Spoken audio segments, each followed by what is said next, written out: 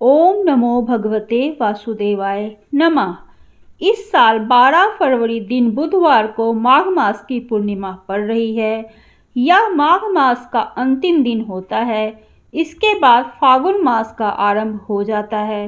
तो आइए अब हम जानते हैं माघ मास की पूर्णिमा का महत्व। माघी पूर्णिमा के दिन संगम घाट पर माघ मेले में जाने और स्नान करने का विशेष महत्व माना जाता है। पुराणों के अनुसार माघ मास में पूर्णिमा के दिन देवता धरती पर आते हैं और गंगा में स्नान करते हैं। इस शुभ संयोग में दान, पुण्य और मंत्र के द्वारा उन्हें प्रसन्न किया जाता है। पुराणों के अनुसार माघ पूर्णिमा के दिन स्वयं भगवान विष्णु गंगा जल में निवास करते हैं। इस दिन गंगा स्नान करने से भगवान विष्णु की कृपा मिलती है तथा धन संपदा, लक्ष्मी, यश, सुख, सौभाग्य तथा उत्तम संतान की प्राप्ति होती है। माघी पूर्णिमा पर गंगा तथा अन्य पवित्र नदियों तथा सरोवर तट पर स्नान करके तिलांजलि देना चाहिए तथा पितृ तर्पण करना चाहिए। इस दिन किए गए दान दक्षिणा का 32 गुना फल प्राप्त होता है। इसलिए इसे माघी पूर्णिमा के अलावा 32वीं पूर्णिमा भी कहते हैं। दान करने से सभी तरह के संकट मिट जाते हैं और जातक मोक्ष को प्राप्त करता है। पूर्णिमा पर माता लक्ष्मी के मंत्रों का जाप करना चाहिए। इससे घर में धन समृद्धि में बढ़ोतरी होती है। इस दिन देवी लक्ष्मी जी को पीले और लाल रंग की सामग्री अर्पित करना चाहिए। इससे माता लक्ष्मी प्रसन्न होती हैं। ऐसा कहा जाता है कि प्रयाग में माघ मास के अंदर 3 बार स्नान करने से जो फल की प्राप्ति होती है वह फल पृथ्वी में 10,000 अश्वमेध यज्ञ करने से भी प्राप्त नहीं होता है। पद्म पुराण में माघ मास के महत्व का वर्णन करते हुए कहा गया है कि पूजा करने से भी भगवान श्री हरि को उतनी प्रसन्नता नहीं होती जितनी कि माघ के महीने में स्नान मात्र से होती है।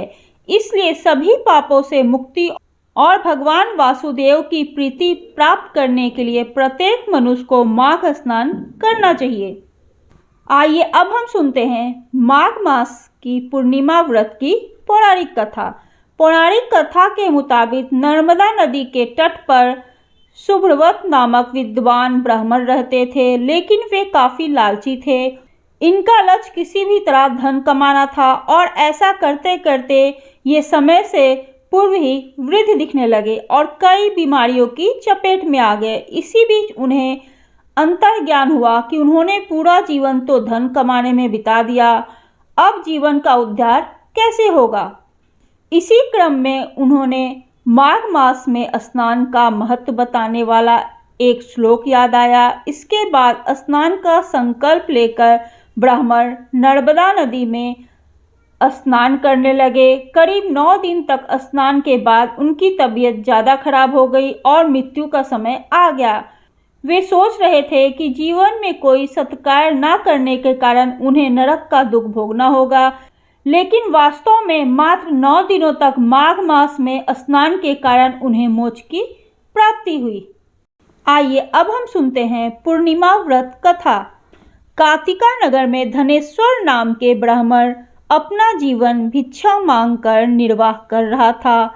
उसकी कोई संतान नहीं थी। एक दिन उसकी पत्नी नगर में भिक्षा मांगने गई, परंतु सभी ने उसे बांझ कहकर भिक्षा देने से इनकार कर दिया।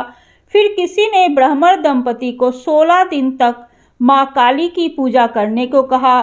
उन्होंने विधिवत पूजा करके आराधना की और तब उनकी आराधना से प्रसन्न होकर माँ काली ने दोनों को संतान प्राप्ति का वरदान दिया और कहा कि अपने सामर्थ्य के अनुसार प्रत्येक पूर्णिमा को तुम दीपक जलाओ। इस तरह हर पूर्णिमा के दिन तक दीपक बढ़ाते जाना जब तक कम से कम 32 दीपक ना हो जाए। इसके बाद ब्राह्मण ने अपनी पत्नी को पूजा के लिए पेड़ से आम का कच्चा फल तोड़कर दिया और उसकी पत्नी ने पूजा की और फलस्वरूप वह गर्भवती हो गई। एक पुत्र ने जन्म लिया जिसका नाम देवदास रखा। देवदास जब बड़ा हुआ तो उसे अपने मामा के साथ पढ़ने के लिए काशी भेजा। काशी में धोखे से देवदास का विवाह हो गया। देवदास ने कहा कि वह अल्प आयु है, परंतु फिर भी जबरन उसका विवाह करवा दिया गया। कुछ समय बाद काल उसके प्राण लेने आया, लेकिन ब्राह्मण दंपति ने पूर्णिमा का व्रत रखा था, इसलिए काल उसका कुछ नहीं बिगाड़ पाया। तभी से कहा जाता है कि पूर्णिमा के दिन व्रत करने से संकट से मुक्ति मिलती है और सभी मनोकामनाएं पूर्ण होती हैं। ओम नमो भगवते वासुदेवाय नमः।